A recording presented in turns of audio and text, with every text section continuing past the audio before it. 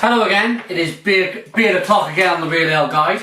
Today's beer is a beer sent by LJ Ashcroft in America.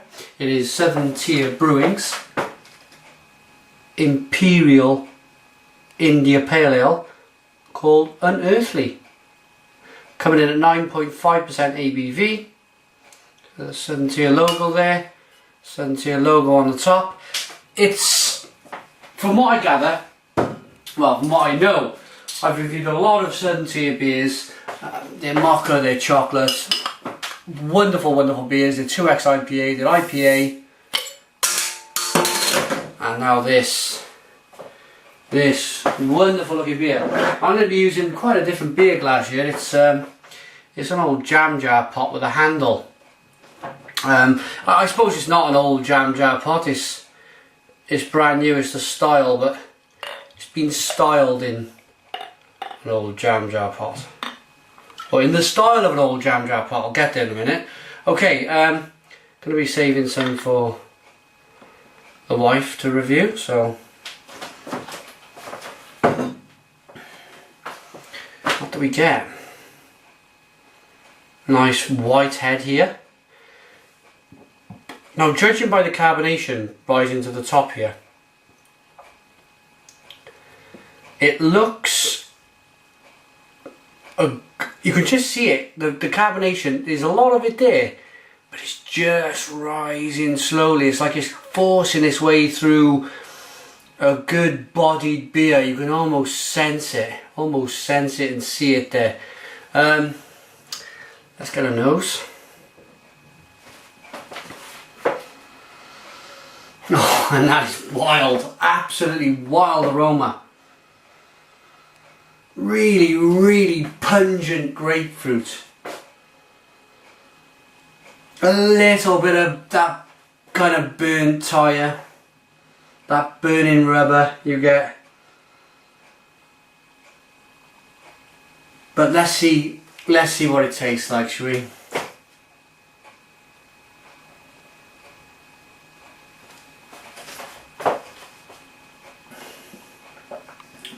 Ooh. Wow. Stone the Crows. Stone the Crows. What a beer this is. Straight up front then. It's a whacking great burst of sweetness. I was expecting from the aroma such a big hop beginning, but no way. It's just sweetness up front, and then you get hit by this mouthfeel.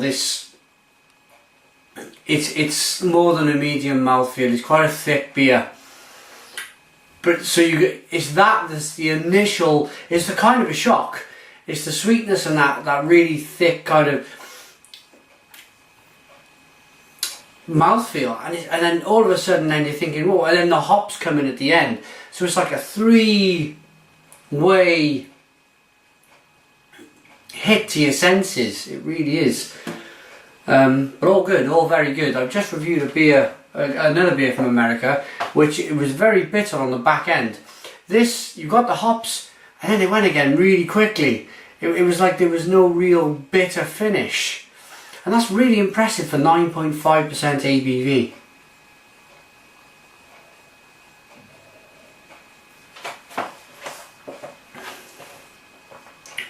Yeah, straight away this real big sweetness, and it is quite earthy as well, whether that's part of the name. Unearthly, earthly, I'm not sure, but it's what I'm so surprised about is just the balance, the pure balance of this beer. It is very, very even, if not touching a little bit towards being overbalanced by the malt.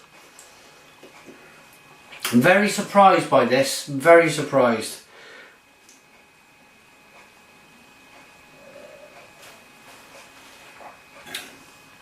So yeah, it's almost on milk stout territory, the mouthfeel. It really is kind of in a very strange way, a creamy mouthfeel. I like it. This is a beer that you never ever look into session. It's a beer that you want to, you know, enjoy. Perhaps there's a football match on, or in America there's an American football game on. You grab yourself one of these, maybe two, if you're, you know, if you're a big guy who can handle his beer. Grab one or two of these and just chill and just sip away through the whole football match. So the 9.5%, that's it. Pardon me. That's the next thing I wanted to touch on, and that is that it's very, very dangerous. It's very dangerous. I'm getting a little hint of the alcohol warming down my throat and into my gullet, but other than that, you know it's a big beer from the mouthfeel. But what you wouldn't know, because they don't always put the ABV on in America, on the bottles. You wouldn't know it's 9.5. No way, not in a million years.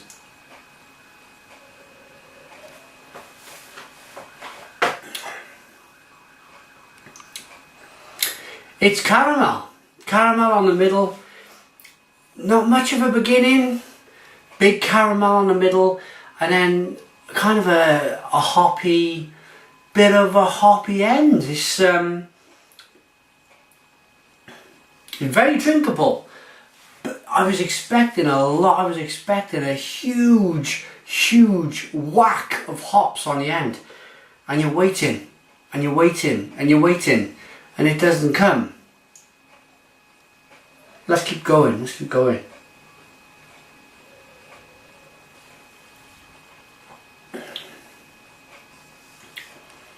It's malty, it's hoppy, and then it's gone. Gone. There's no lingering hoppy bitterness that travels through. Let's see if we can, because the aroma is quite difficult to get it going in a circle motion in this kind of square glass. So, but pow, the aroma is so intense. It is one of the most intense aromas of hops, of fruit, of pineapple and grapefruit and lemon that you're going to get in a beer. But then that doesn't travel through in the taste. So I'm a little disappointed. I'm a little disappointed.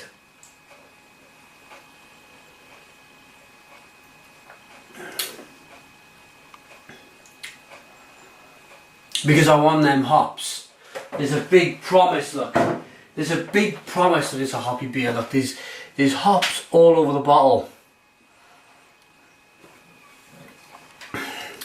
And you get it in the nose, but as I said, it's just not in the taste. So I'm gonna give you a quick description. Read here.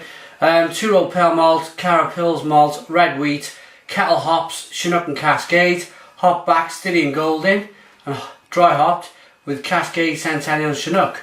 So all the hops are there. They really are there. How old is the bottle? It's just coming off under my. I just wiped it just to see if there's a bit of. It's just coming off a bit. So I think it's a fresh beer. I'm sure LJ Ashcroft, he's gone out, he's bought a fresh bottle. I just think it's. Well, I don't know. Okay, the Southern Tier Brewing Company vigorously hop beer is our standard inspiration. We continue to commit innovation with our most aggressive offering yet. Unearthly is a manifestation of the brewery's craft, skillful balance, art, and the forces of nature to produce a divine liquid. Delicately pour a taste into a fluted glass. Smelly enhancing aromas of the hops waft forward as you first sip. Divulges this beer's fermented soul. To underestimate Unearthly is to trifle with the mysteries of the universe. So please consume wisely, and I do suggest you do. I do suggest you do. Final taste and rating them for the Unearthly. Lovely, lovely nose. Really nice nose. Very sweet up front with a nice lingering hop finish. So for that reason it gets an 8 out of 10 from the Real Ale Guide. 8 out of 10. Not a bad beer at all. It's just I was expecting a little bit more from the hops. Thanks for watching and cheers.